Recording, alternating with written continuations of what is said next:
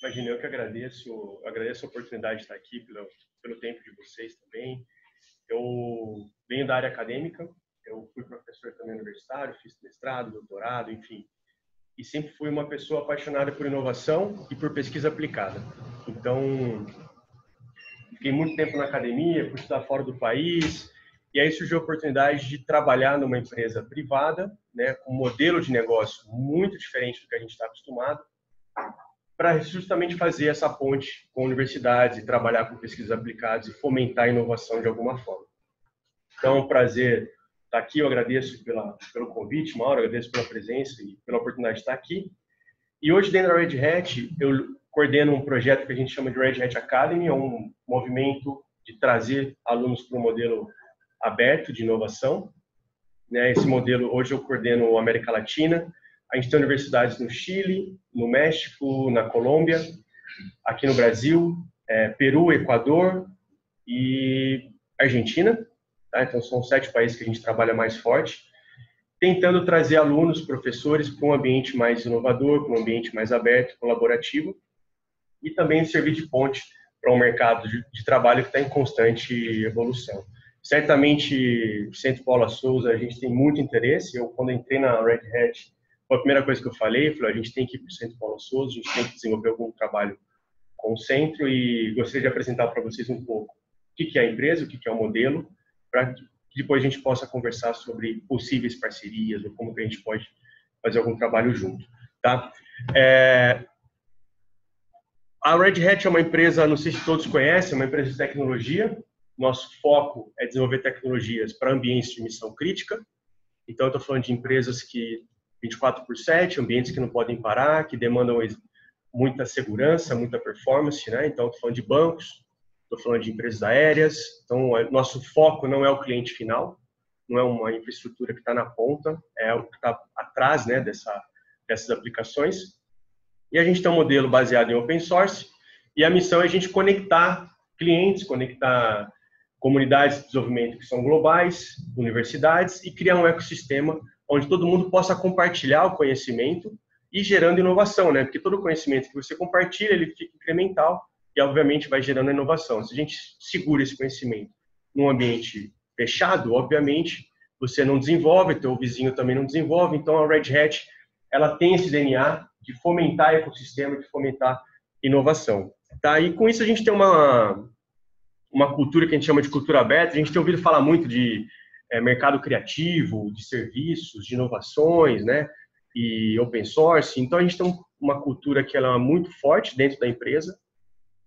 Vou falar um pouco mais, mas nossos produtos todos estão disponíveis na internet para download, de graça. Nosso código-fonte está disponível também. Quem quiser ler como que o produto foi desenvolvido, está lá o código-fonte, e acessa quem quiser, quem tem interesse. Então, o nosso negócio não é ter uma ferramenta fechada, onde, quando o cliente precisar de alguma coisa, tem que pagar para mim. É gerar engajamento, gerar interesse nessas pessoas para poder fazerem parte do ecossistema. É um modelo bastante diferente que a empresa tem. Então, o grande tema aí nosso, né, a nossa filosofia, nosso DNA é o open source, é o código aberto, a tecnologia aberta, é disponibilizar isso, colaborar. E eu sempre, quando eu falo sobre o open source, eu falo que é algo que está sendo discutido muito hoje, né? Economia colaborativa, mas é algo que faz parte do nosso DNA isso, né? A gente ouve muito os pais, né? Eu preciso ensinar esse filho a compartilhar, eu preciso ensinar meu filho a dividir, eu preciso ensinar ele a relacionar com outras crianças, né? Então, isso faz parte. E aí, ao longo da vida, a gente vai ficando, a própria competição, o ambiente vai levando a gente para um ambiente mais competitivo. Obrigado. E eu costumo dizer o seguinte, eu uso o exemplo aqui do Santos Dumont, dos irmãos Wright, para explicar um pouco da importância do movimento colaborativo. A gente acha que é algo que surgiu nos últimos 5, 10 anos, mas certamente vocês conhecem essa história. E a gente tem a grande pergunta, quem voou primeiro, né? Irmãos Wright ou Santos Dumont? Eu fui num evento recentemente, tinha uma pessoa da aeronáutica, e levantaram esse tema. E ele ficou explicando o que era Santos Dumont, né? E eu acho que a gente tem 2 temas importantes sobre esse projeto. O primeiro, a questão aeronáutica, o que é um avião, quem voou, e o segundo é o projeto em si, né? Então, só para a gente resumir essa história, irmãos Wright voaram primeiro e ponto. 1903. Santos Dumont voou em 1906, 3 anos depois. Então, acho que a grande questão não é quem voou primeiro, acho que é por que nós temos hoje um Airbus A380. Né? Quem gerou esse desenvolvimento, essa inovação? Então, o projeto dos irmãos Wright era um projeto fechado, com o objetivo de gerar uma patente, de explorar comercialmente. O objetivo de Santos Dumont era ter um novo meio de transporte, onde as pessoas pudessem se conectar de forma mais rápida. E ele abriu esse projeto. E por que os irmãos Wright, em 1906, reclamaram? Não, eu já voei. Porque quando eles fizeram os primeiros testes e todo o projeto, eles esconderam numa garagem para que ninguém copiasse. E aí Santos Dumont, paralelamente, desenvolveu um projeto e fez o voo e apresentou para todo mundo. Então, olha a diferença dos interesses e a diferença da proposta do projeto. A questão da aeronáutica, os irmãos Wright criaram um avião, que era uma catapulta, na verdade, ele tinha que subir no morro, pulava, era quase uma asa delta. Santos Dumont, desde o começo, já tinha um motor, tinha que decolar, voar e pousar. Então, são projetos muito diferentes na questão aeronáutica. E também na questão do propósito, né? E eu sempre falo para alunos, assim, quando eu faço palestra, fiz palestra em Pompeia, Franco da Rocha esse sábado, já tive Taquaritinga, várias FATECs aí. E eu falo que é o seguinte, quem ganhou mais dinheiro? Os irmãos Wright ou Santos Dumont? Quem gerou inovação? Quem teve mais gente contribuindo? Santos Dumont. Então ele recebeu dinheiro do governo francês, ele teve toda uma equipe de mecânicos, projetistas, pessoas que ajudaram a construir o avião, enquanto que os irmãos Wright, desde 1903, ou talvez até antes, né, estavam com esse projeto na garagem, tentando fazer sozinho e tal, e aí perderam esse time. Então, se a gente tem hoje vários fabricantes de aviões, um motor, com propulsão, que pousa, decola, sozinho, é graças ao projeto aberto de Santos Dumont. Então, essa discussão, quem voou primeiro, para a gente, dentro da Red Hat, é algo que a gente não se preocupa, a gente fala, o primeiro projeto open, brasileiro, e com grande impacto mundial, foi do Santos Dumont. Tá? Então, a Red Hat ela é uma empresa de tecnologia. Nós nascemos aí em 1993, dentro de uma universidade na Carolina do Norte. Tá? Nós surgimos como um ambiente de sistema operacional. A gente tinha uma tecnologia que é o sistema operacional, como se fosse o Windows. A gente tem um Linux, uma distribuição Linux, para ambientes corporativos, para ambientes enterprise. E desde 93, o nosso portfólio cresceu muito. Então, hoje a gente tem tecnologias para computação em nuvem, para desenvolvimento de software, integração de aplicações, base de dados, enfim, a gente tem um portfólio completo que uma empresa digital consegue usar de ponta a ponta. Né? O que eu gosto de dizer aqui, eu que venho da academia e gosto muito desse ambiente, todas as tecnologias, elas estão abertas, código-fonte aberto, estão disponíveis para download. E algumas empresas a Red Hat adquiriu ao longo desses últimos anos. Feed Henry, Treescale, né? São empresas que eram empresas proprietárias, que tinham um modelo tradicional de tecnologia. A Red Hat se interessou pela tecnologia e comprou essas empresas. E a partir do momento que ela compra, na semana seguinte, esse projeto ele é aberto. E outra coisa interessante, a Red Hat é uma das maiores empresas de tecnologia do mundo, mas é a única empresa que não tem nenhuma patente. A patente até hoje foi usada como uma métrica para calcular o quão inovadora essa empresa é. Né? Tem mais patente, mais inovação. Então a Red Hat ela vai no sentido oposto. Ela fala, eu comprei uma empresa, você tem patente? Então abre para domínio público, pega teu projeto, libera para a internet e vamos junto crescendo esse ecossistema de inovação. Né? Então todas essas tecnologias aí, elas estão disponíveis e conforme a gente vai adquirindo ou desenvolvendo, vão ficando disponíveis também.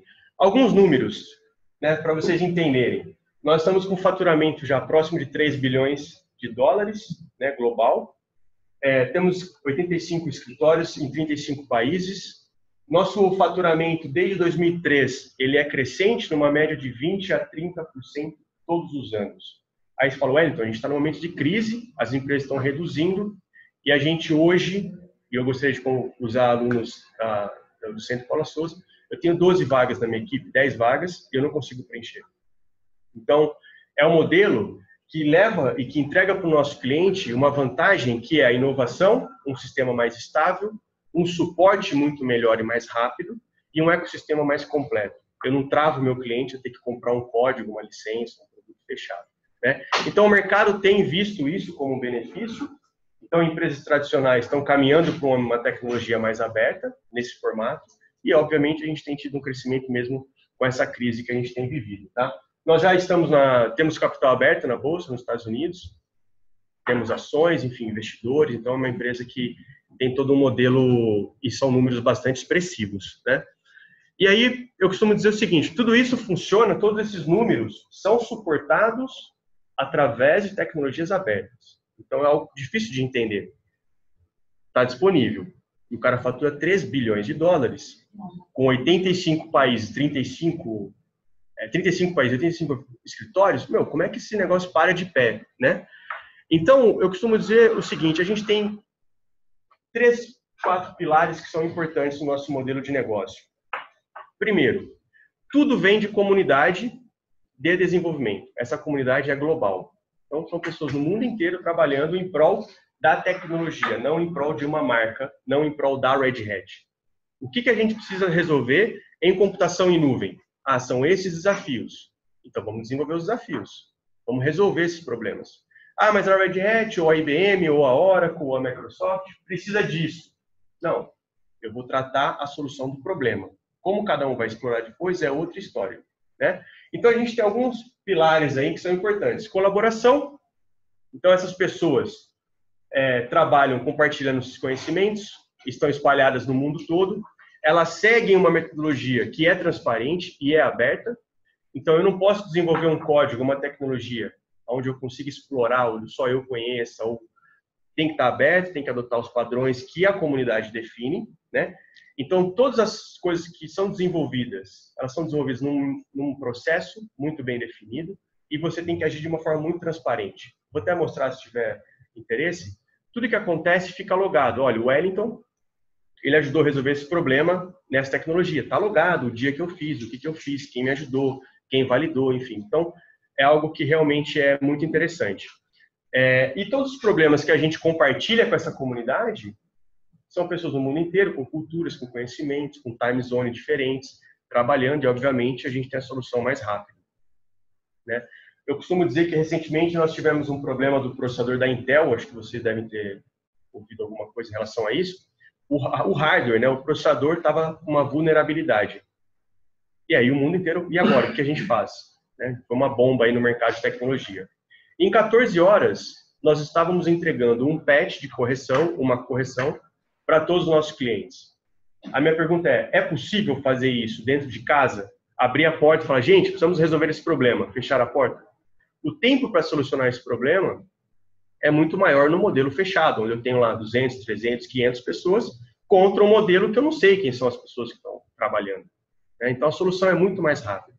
Então, os nossos clientes, todo o mercado, está entendendo que é uma metodologia e é um modelo que gera inovação, é estável e, obviamente, tem uma redução de custo significativa, né? Eu tenho flexibilidade. Então, esses são os pilares do modelo. E aí a gente fala de projetos, né? Hoje, a gente tem uma plataforma que chama GitHub.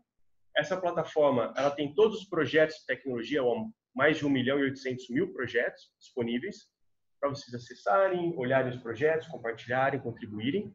E aí, aqui são alguns projetos, né? Então, eu tenho projeto de desenvolvimento de software, projeto de computação em nuvem, de base de dados, de várias áreas de tecnologia. O que a gente tem de melhor nessas comunidades? Inovação. Pessoas desenvolvendo, e eu tenho versões novas dessas tecnologias quase que semanais, né?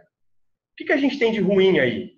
É um ambiente não muito controlado e é uma inovação que a gente não consegue segurar muito, né? As pessoas vão criando, vão inovando e a gente não consegue entregar isso para um banco ou para uma empresa aérea, né? Então, eu costumo dizer para os alunos, quem nunca atualizou um sistema operacional e alguma coisa parou de funcionar? Opa, atualizei e parou de funcionar tal aplicação. É porque quem desenvolveu aquela atualização do sistema pensou no sistema operacional, não pensou em outras coisas que você usa, né? E aí quebrou alguma coisa. Se acontece isso no ambiente de missão crítica, num banco, são milhões de prejuízo. Então, o que a Red Hat faz? Ela tem times que participam desses projetos, então funcionários da Red Hat são pagos para trabalhar nessas comunidades.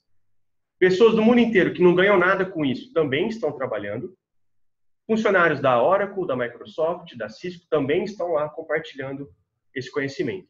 E o que nós fazemos? A partir dessas tecnologias, dessas comunidades, nós geramos uma versão que a gente chama de Enterprise. É a versão que a gente entrega para o nosso cliente e fala para ele, olha, pode usar que não vai quebrar, eu te mantenho, eu te suporto e você pode usar sem nenhum risco.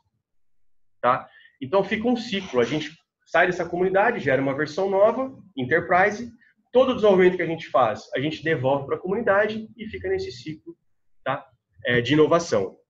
E eu costumo dizer que o que a gente entrega para essas empresas, né? Então, se vocês olharem a Fortune 500, todas elas, bancos, empresas aéreas, empresas da área médica, todas elas já usam tecnologias da Red Hat, né? Então, são empresas que poderiam baixar da internet e usar, mas acabam optando em usar uma versão Enterprise estável. E o que a gente entrega para o nosso cliente? Por que o nosso modelo tem um fit tão grande com a universidade?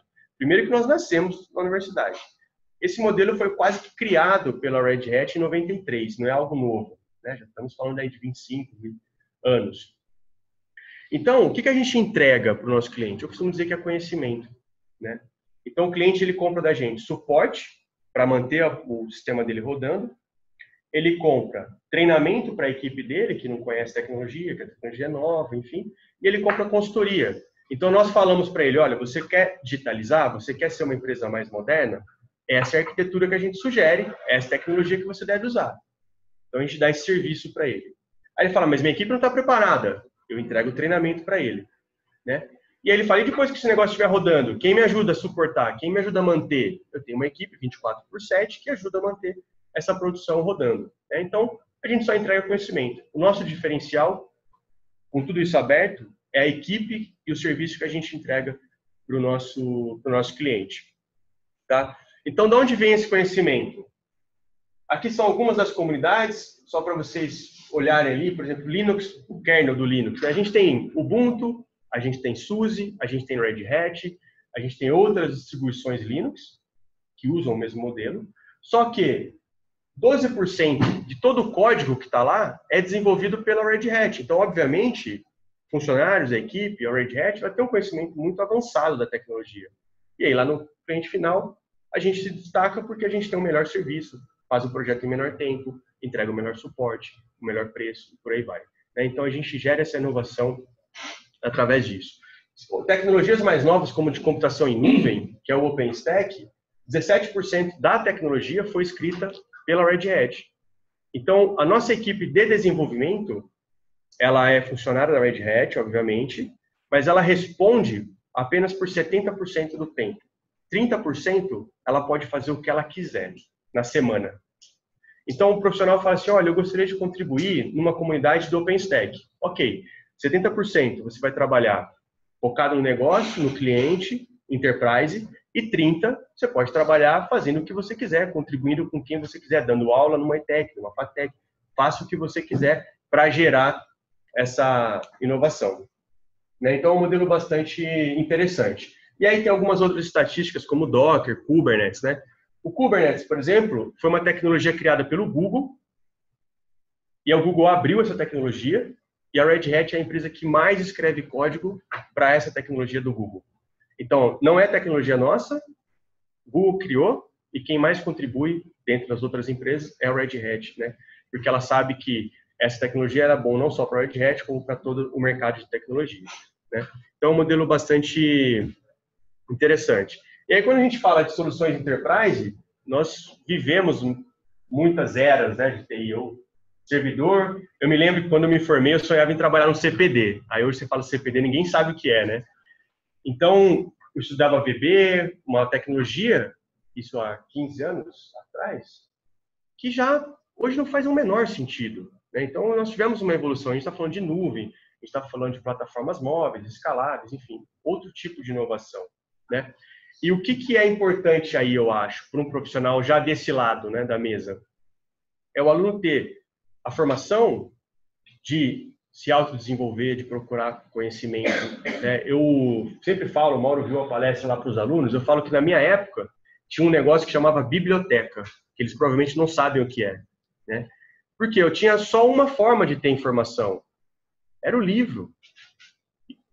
Em 99, quando eu prestei vestibular, vocês viveram essa época também, né? Hoje, a informação, né, na verdade, naquela época, a informação era muito caro. Eu tinha que juntar dinheiro, comprar livro e ir na biblioteca.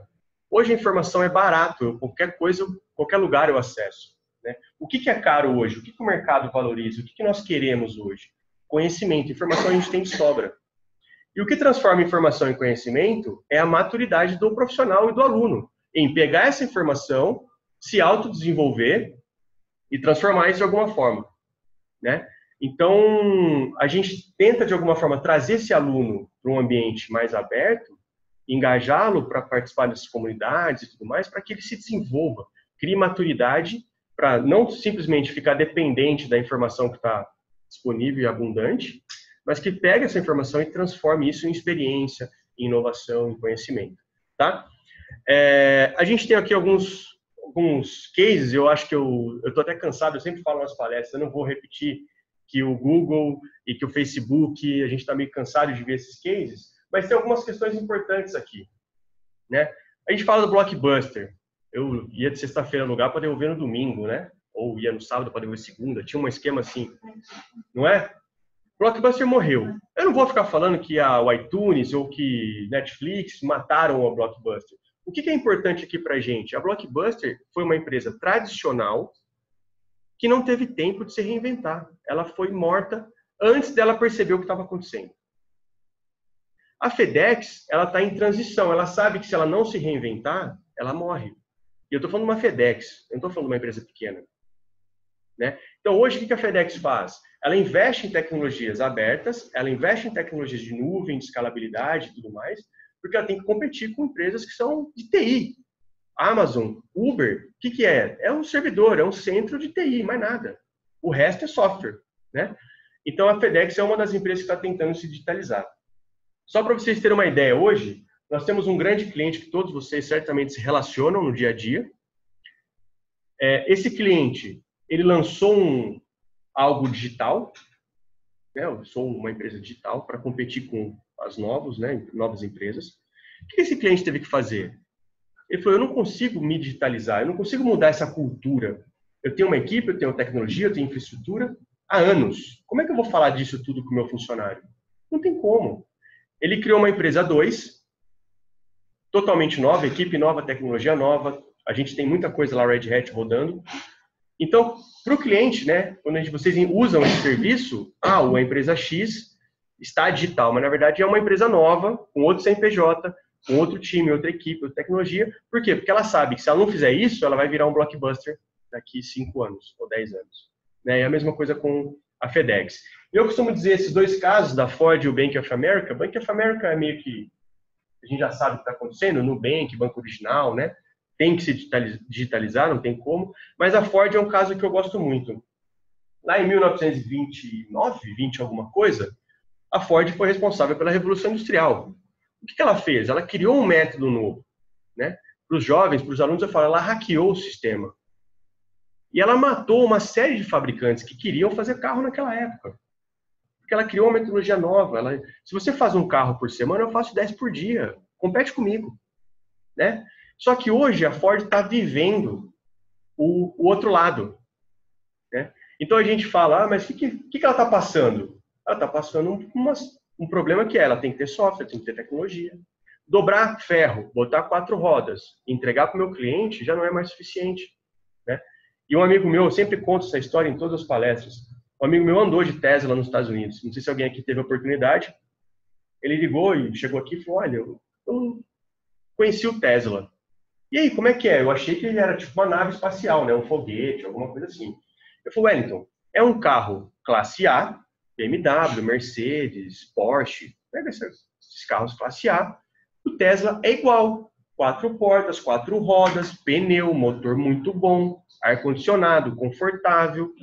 É um carro. O que ele tem a mais? Software, tecnologia. Ele sabe para onde você vai, ele sabe se vai ter acidente, ele sabe se sua família está bem, ele sabe tudo. Então, a Ford, se ela não fizer isso, ela vai sofrer o que ela causou lá em 1900 alguma coisa em várias empresas que não tinham esse modelo de tecnologia. Então, é uma das empresas hoje que se a gente olhar na estatística lá de contribuição em inovação de software, é uma das que mais contribui. Então a gente olhou isso e falou, pô, o que está acontecendo? Isso já faz alguns anos, né? Então o mundo as empresas estão tendo que mudar muito. E aí a gente está falando de várias empresas digitais em várias áreas que entregam vários serviços. E o que essas empresas têm em comum? Uma tecnologia que é flexível, ela atende um usuário ou milhões de usuários sem ter nenhum impacto, sem ter nenhuma preocupação se vai ter infraestrutura, se vai ter software, se vai ter equipe. Isso acontece elasticamente, independente de quem está consumindo o serviço, né? Eu não quero me alongar, mas eu tive no Rio, conto essa história também porque é interessante. Eu tive no Rio quando o Uber estava chegando no Rio. E eu precisava ir para o aeroporto, voltar aqui para São Paulo. E eu chamei um táxi. E estava tendo greve dos taxistas, quebradeira, tiroteio e tudo mais. E aí, um amigo lá estava comigo, da Red Hat, falou, então vamos baixar o Uber e vamos ver se a gente consegue chegar no aeroporto. Baixei, usei. Na época eu tinha que ser escondido, tinha que sentar na frente, fingir que era amigo do motorista, né? Enfim. Chamei o cara pelo nome na hora de falar tchau, enfim. Aí o que acontece? 2 dias depois eu recebo uma reportagem dizendo o seguinte, o Uber ele cresceu 700% em 4 horas o número de usuários. O que significa isso? O meu time, a minha tecnologia, a minha infraestrutura, meu software passou a atender 700% mais usuários do que eu previa, num tempo de 4 horas. No modelo tradicional de software e tecnologia, é impossível. Eu demoro 1 mês, 2 meses para poder aumentar minha infraestrutura. Comprar máquina, instalar, testar, enfim. Então, essas empresas hoje já vivem essa tecnologia, essa inovação aberta. E aí, com isso, a gente já vai levando a história para algo que é mais o foco aqui, né? Eu preciso ter novos profissionais, eu preciso ter jovens que, ao mesmo tempo que eles têm essa cultura do maker, de querer fazer, aquela inquietude de procurar, de usar tablet, de querer fazer as coisas, mas drivar esse jovem, né, ou trazer esse jovem para algo um pouco mais maduro, que é pegar tudo isso e transformar em conhecimento, em aplicar esse conhecimento, seja em sala de aula, seja na sociedade, seja inovação, seja o que for, né? Então, hoje a gente tem algumas demandas bastante interessantes na linha de negócio. Então, o cara, para pensar um negócio, ele já tem que pensar como uma empresa moderna. Ele não pode mais pensar, olha, tive uma ideia, hein? A gente põe um telefone, o cara vai ligar, alguém vai preencher um formulário, eu vou mandar. Esquece, né? O que a gente chama de desenvolvedor de software e quem trabalha com operações, que é o aluno de redes, o aluno de infraestrutura, né? Ele tem que conhecer hoje programação. Hoje o mundo é software, né? Então, eu não tenho mais aquela instalação física do sistema operacional, onde eu fico configurando o roteador, configurando o telefone, IP, é tudo por software. Então, ao mesmo tempo que o mercado está mudando rapidamente, a demanda por esse profissional cresce absurdamente, né? E aí, só para vocês terem, essa pesquisa é uma pesquisa super recente, 89% das empresas buscam profissionais que conheçam tecnologias abertas. O que significa isso? Eu estou falando de Amazon, eu estou falando de Microsoft, eu estou falando de IBM, eu estou falando das grandes empresas de TI, mas estou falando também de clientes, empresas que usam a TI como ferramenta para gerar negócio, né? Então, esse profissional que conhece desenvolvimento de aplicação para nuvem, que conhece DevOps, que conhece infraestrutura, sistemas, é um profissional que hoje está sendo muito buscado. Por quê? Hoje, mesmo se a empresa ela é fechada, ela tem uma metodologia mais antiga, da patente, do software fechado, o que está dentro dessa tecnologia é software aberto. Então, eu tenho que ter alguém que conheça GitHub, conheça Java. Eu poderia falar uma série de tecnologias hoje que é importante o aluno ter contato, seja para trabalhar no mundo open, seja para trabalhar no mundo lock-in. Então, a gente pega o sistema financeiro hoje, brasileiro, tem muita coisa aberta lá, muita coisa open source. E é um sistema super tradicional, cheio de segurança, enfim, toda essa questão. E aí outra questão também é a certificação, né? Então, o aluno, quem está no dia a dia, vê que o aluno fica frustrado na formatura. Porque ele fala, o mercado me pede uma série de coisas, de conhecimentos, eu tenho uma vaga de estágio ou de trainee, que no fim das contas dá quase a mesma coisa, dependendo do lugar que oferece, para ganhar um salário baixo, e me pede um monte de coisa. E eu olho para uma área de tecnologia ou para o mercado e eu vejo tecnologias Porque eu falo, não sei o que eu vou fazer, não sei o que eu vou me especializar. É gestão de projeto? É tecnologia mesmo, parte técnica? Né? É comunicação? O que eu vou fazer? Né? Então acaba gerando uma certa frustração. E eu sempre falo que o mercado faz 5 perguntas básicas. Hoje, a gente nesse hype de novas metodologias de contratação, tem empresas que fazem dinâmicas, colocam no auditório, enfim. Mas todo o processo de contratação começa ou termina com 4 ou 5 perguntas. Tem experiência, trabalhou em equipe, resolveu o problema, sabe alguma tecnologia, você fala inglês? E eu falo por mim mesmo, né? A minha frustração quando eu me formei era o seguinte, e a mesma que os alunos têm hoje, ele fala, o mercado é agressivo, o mercado paga pouco e pede coisas que é para uma vaga de diretor. Tem que falar inglês, tem que conhecer, tem que trabalhar na equipe, né? E normalmente a resposta do aluno é, olha, eu sou aluno, eu quero começar minha carreira, né? Então, é aí que eu acho, particularmente, que é onde tem a gente gap, essa maturidade de falar, olha, dentro da graduação, dentro do meu curso, já me desenvolver para pegar esse monte de informação que a gente tem hoje, abundante, transformar em conhecimento de alguma forma, para responder isso minimamente maduro, né? Então, qual que é a proposta que a gente tem feito para alguns estudantes, né, que a gente tem conversado mais nas palestras? Essa aqui é um caso de uma universidade em Campina Grande, na Paraíba, Universidade Federal de Campina Grande. A gente tem uma tecnologia chamada OpenStack, a tecnologia de computação em nuvem. Todas as empresas hoje, que a gente falou até agora, usam, né? O que eles fizeram? Eles escreveram mais de 150 mil linhas de código nesse projeto. 34 pessoas fazem parte desse projeto, entre professores, alunos, e eles estão numa lista de 400 empresas globais, eles estão em 31º lugar. Se a gente listar só universidades, é a universidade que mais contribui com o projeto no mundo. Aí eu não estou tirando MIT, estou tirando Stanford, são todas essas famosas que a gente conhece. É quem mais realmente contribui. O que aconteceu com essa universidade? O professor me liga e fala, Wellington, para de falar da minha universidade. Para de levar meus alunos embora. Por quê? Desses alunos, 10 foram contratados pela Red Hat para trabalhar nos Estados Unidos e 2 na República Tcheca, na nossa linha de produto. 3 foram para o Google. 1 Spotify, 1 LinkedIn, nenhum deles está no Brasil. E aí a pergunta é, eu fui para um evento lá em Campina Grande, falando com os professores, chegou um menino e falou, olha, Wellington, você é da Red Hat? Sou. Ah, eu também. Como assim você também? Eu reporto para os Estados Unidos que me contratou. Como assim os Estados Unidos te contratou? Como eles te encontraram aqui em Campina Grande, na Paraíba? No laboratório aqui? E a resposta é, na comunidade. Naquelas comunidades de desenvolvimento, o aluno foi lá, começou a traduzir documento, começou a compartilhar, começou, de alguma forma, a se desenvolver ali dentro, foram lá e contrataram esse aluno. Então, a gente acredita que é uma metodologia e é um modelo que pode agregar muito para o aluno, e não só para o aluno que está em formação, mas profissionais hoje do mercado que precisam se atualizar, precisam de alguma forma usar essas ferramentas dessas comunidades para poder oxigenar um pouco e se atualizar em relação às novas tecnologias.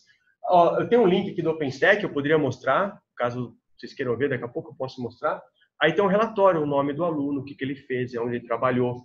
E aí quem está olhando esse relatório é Google, é Oracle, é Microsoft, é Cisco, é Red Hat. Não é à toa que a gente foi lá e trouxe 10. Manda para os Estados Unidos, manda para a República Tcheca. Né? Então, todas essas empresas estão olhando para essas comunidades.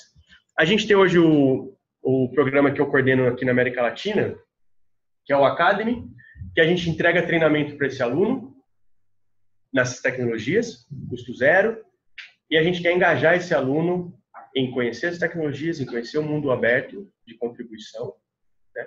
E que ele possa fazer parte desse ecossistema. Hoje nós temos universidades, INACAP no Chile, ela tem 26 cidades, estamos com 12, 15 mil alunos no programa.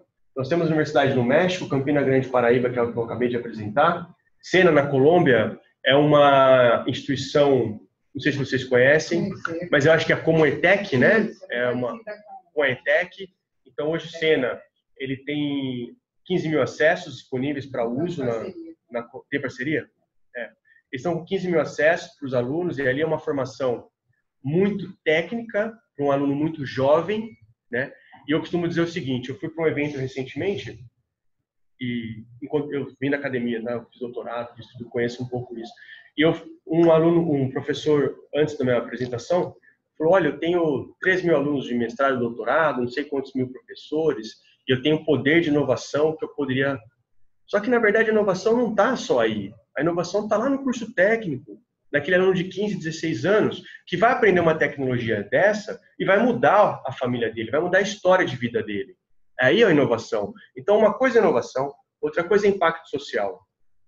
E essas coisas precisam andar juntas. Esse é o nosso entendimento, meu profissional, né?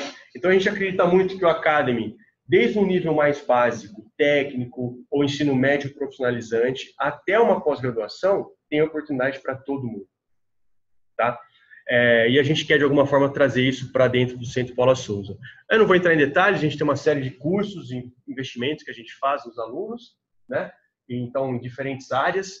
E eu costumo dizer o seguinte, o grande poder aí é a participação, né? Então, a gente tem que, de alguma forma, fazer parte dessa inovação, desses processos, dessas comunidades, para conhecer como isso funciona. Então, o aluno, por exemplo, ele pode trabalhar numa comunidade que a gente chama de Fedora, que é uma das mais estruturadas, e ele pode ir lá simplesmente ajudar a traduzir documento. O documento todo é escrito em inglês, e ele pode ajudar a traduzir para português. Ah, mas eu não sei inglês. Não tem problema, usa o Google Translator. Tudo que ele fizer, vai ter alguém validando na hora que ele enviar. Esse alguém que validar, que for validar, vai responder para ele, olha, ficou bonito, ficou bom, essa palavra se traduziu assim, mas é assado, vai dar feedback. Olha o quanto que esse aluno vai ter de mentoria, de experiência. E aí, lá na pergunta do RH, trabalhou em equipe? Olha, no grupo do Fedora, tinha 500 pessoas no mundo. Aqui em São Paulo, tinha 50.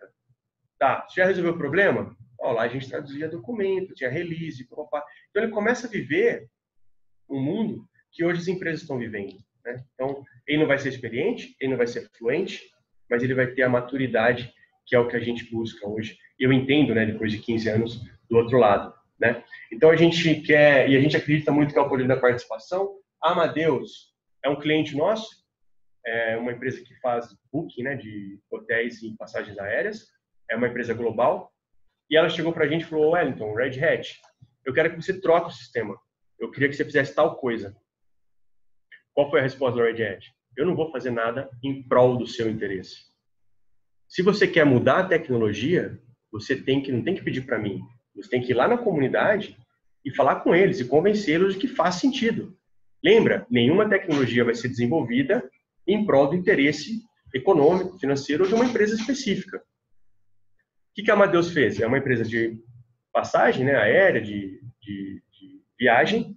Ela criou uma equipe de tecnologia e falou para essa equipe, olha, a partir de agora você vai lá na comunidade da tecnologia e passa a contribuir. Nas votações e nas decisões de novas demandas, novas funcionalidades, você fala o que a gente precisa e vamos seguir em frente, né? Então, o que a gente chama de poder da participação. Eu agradeço, estou acabando aqui, e o Mauro, a gente combinou de deixar para o final. Eu agradeço pelo espaço, eu falo que eu tenho a missão aqui com o Centro Paula Souza, ela vem de dois grandes motivadores. Primeiro, é uma questão profissional. A Red Hat, eu acho que ela tem um fit muito grande com formação, com inovação. E, obviamente, como líder do programa, eu quero muito trabalhar com o Centro Paula Souza. Mas tem uma questão que eu acho que é muito importante também, que é a questão pessoal. Eu sou fatecano, eu formei em Taquaritinga, 2003, tá? Eu fui fazer mestrado e fui fazer doutorado numa USP, onde fatecano não era bem-vindo. Eu fiz 2, porque o primeiro foi reprovado, porque eu era fatecano e eu ouvi isso do professor. Eu fui estudar na Inglaterra e eu voltei e eu falei assim, eu quero de alguma forma contribuir. Então, o Mauro me chamou, falou, vamos para Franco da Rocha sábado falar com os alunos. E eu acho que a gente tem muito para fazer e a gente tem muito para contribuir com esses alunos. E é o que eu sempre falo, inovação tem que ser aberta, colaborativa e tem que gerar impacto social, tá? E aí, para quem não acredita, ó, esse sou eu pedindo carona para ir para a FATEC. E aqui é a República, olha os computadores que modernos. A gente não estava estudando, a gente estava jogando, inclusive, né? E aí estava lá na plaquinha, FATEC ou para lá. Eu morava longe da faculdade, eu pedia carona e aí tem um carinho muito grande. Então, eu agradeço muito pelo espaço, é um prazer enorme estar aqui com vocês. E eu estou à disposição para ajudar, tanto a Red Hat quanto eu particularmente. Tenho muito interesse em poder fazer um trabalho legal com vocês aqui e contribuir. Tá? Obrigado, Mauro, pelo convite. Obrigado a todos. Tá? Espero não ter me alongado muito, né?